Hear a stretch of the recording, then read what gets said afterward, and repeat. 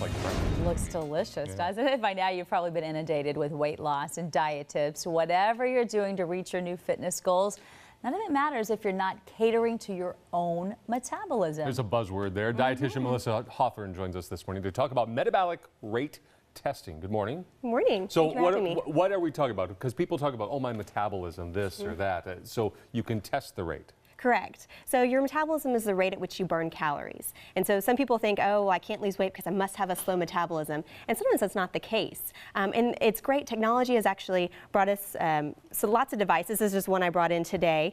This actually tests your metabolism. So we can really see how many calories you're actually burning through indirect calorimetry. It measures about 70% of the calories that you burn a day. It'll pop out that number. And so it more accurately can tell you how many calories for you personally that you should be eating. That is so neat. And so if somebody wants to do that, they need to find a dietitian. How can they go about getting a test like that?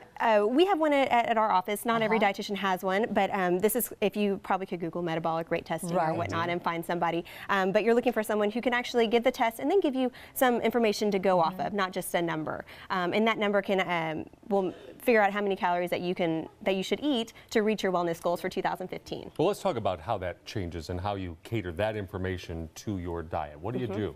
Okay, so the first thing, once you kind of know that number, then you need to figure out how to balance your diet throughout the day, because that's the best way to do it. Balanced meals, exercise can really make a difference in your weight loss goals. So for instance, looking at liquid calories, right?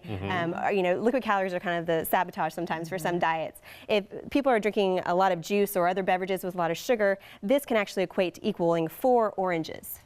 And the problem is most people can guzzle down this glass of juice, but if I gave them 4 oranges to eat at one time, they probably wouldn't eat it. And the sugar is going to actually help slow down your metabolism, and that's not what we want. So drinking more water, less added sugars is one of the goals. Okay. There's some healthy snacks too, and I think snacking is the biggest downfall, because I know when I get home and I'm starving, and if I don't have anything prepared, I'm going to go for the chips and guac or something that's not so healthy. Yeah, so planning it is definitely key. Eating every 3 to 4 hours.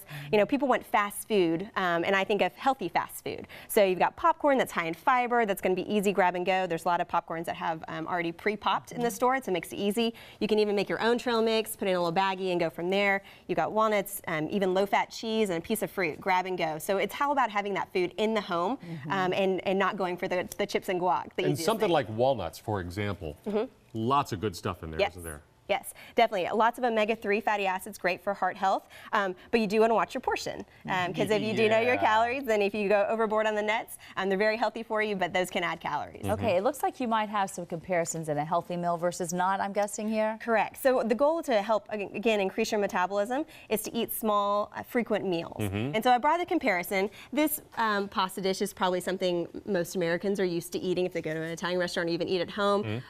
Big plate, lots of carbs, less vegetables. And what our goal is to equal more of that plate on the side. So you've got half of your plate to be fruits and vegetables, lots of fiber, better to help prevent heart disease, cancers, type 2 diabetes. A quarter of it be a whole grain, and then you've got a quarter of it be that lean protein. I do believe in the smaller plate. I do that. I serve my husband on this size plate, and I eat off of this, and I always feel full. It's amazing when the whole plate's full, there's no difference. And I would have filled a big plate up the same. It does work. There's something so mental about it. It blows my mind. Right. Visually, your mind gets full from what you see first. And so you can see that if you put that portion on that big plate, you'd have a lot of white space. And so it's better to eat off of that small plate, fill it up with lots of nutritious, calorie-dense type nutritious foods, than go for just the carb things that are going to not fill you up as much. Food for thought, so to speak. There you go. All right. Melissa, thank you very much. Thank you. We appreciate it.